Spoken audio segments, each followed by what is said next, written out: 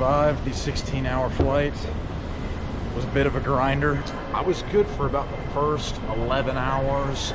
Got 5 hours of sleep maybe, but those last 6 were starting to get claustrophobic.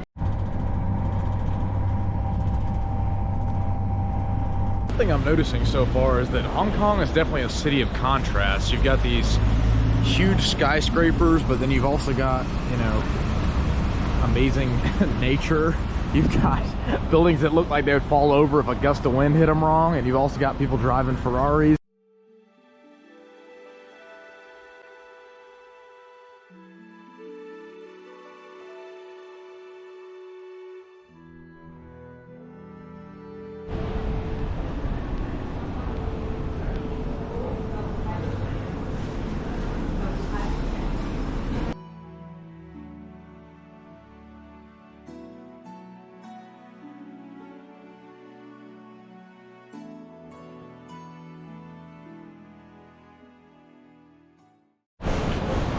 Mission 1 accomplished. Got a little bit of lunch in us, which is the first real meal I've had in 24 hours. So I think next mission is going to be a haircut.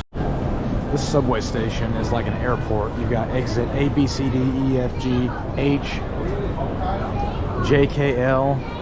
I don't know where I is. Now this right here is a totally different look than what we were looking at earlier.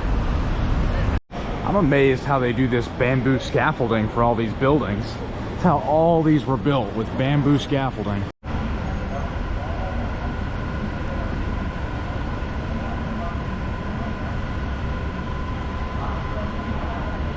I mean, that is next level right there. He's up there using a side grinder on that.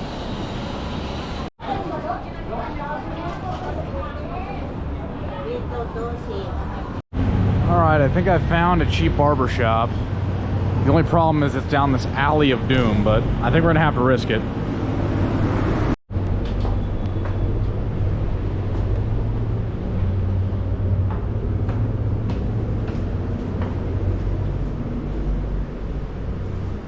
The heck am I going?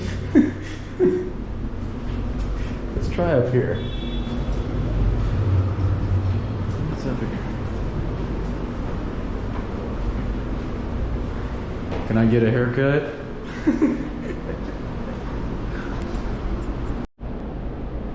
Golly. Looks like something I would have wired up. Well, we used our better judgment and got out of that one. I still don't know where that thing was in that building, but I don't know if it's just a trap to lure people in and rob them. I don't know, but we got out of there alive, so call it a win.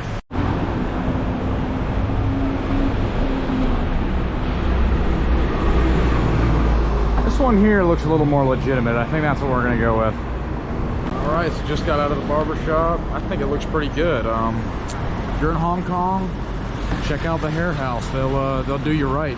They did give me some like cold brew coffee. It looks a little suspect, but I guess that's just how they package it here. I don't know how I'm supposed to just drink it on the street, but I appreciate it.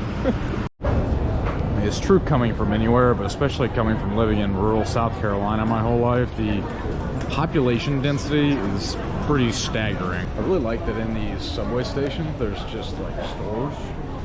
It's pretty convenient. Might be something worth implementing along with the rest of this in the States. I am loving the cleanliness here. You see these little signs all over the place. I just walked through the street a few hours ago and I said it was the one that looked sketchy. Now it's exploded into like a whole restaurant scene. Kind of like an Italy situation where if you want a good restaurant, you're gonna have to wait in line.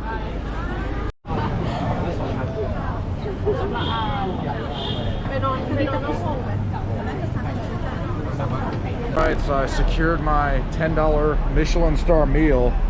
Unfortunately, at that establishment, there's no place to eat, so now I'm looking for just a park bench or anything so I can do a little food review for you guys. There's nowhere to sit, so I'm gonna have to try to make a beeline back to the hostel. I feel like a little gnome guarding my treasure here. We did not make it to the hostel. I just can't stand it any longer, so I found this park. We're gonna tear into these. So I'll show you what we got here. They were out of their main signature ones. So they've got these like Michelin star Big Mac box. I believe some of these are crab buns, and some of these are something else. I didn't even know what they were. She basically just ordered for me. I was spilling juices on the subway. I thought the police were going to be after me.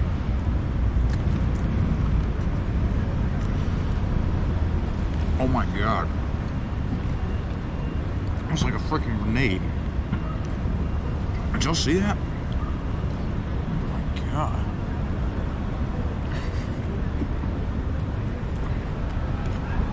On my arm.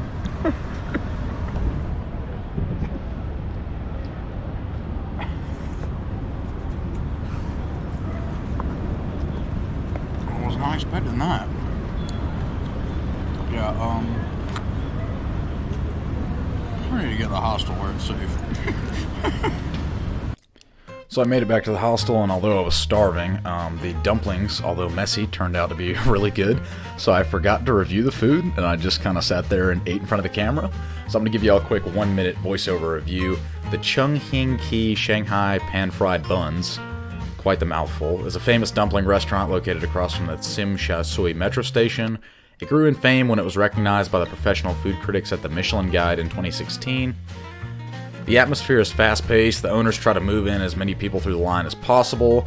When I got to the front, the lady basically told me what to order. I wanted the signature buns, but she kind of just said not to get that, so I just took her word for it. A normal order here is 4 dumplings for 40 Hong Kong dollars, or $5.11 US, but I was pretty hungry, like I said, so I got 2 orders, one that was crab and one that was shrimp. They were both really good and honestly had more of a porky taste to them than any seafood flavor. Overall, I'd give this place a 7.5 out of 10 for taste and an 8 out of 10 for value. Pretty good.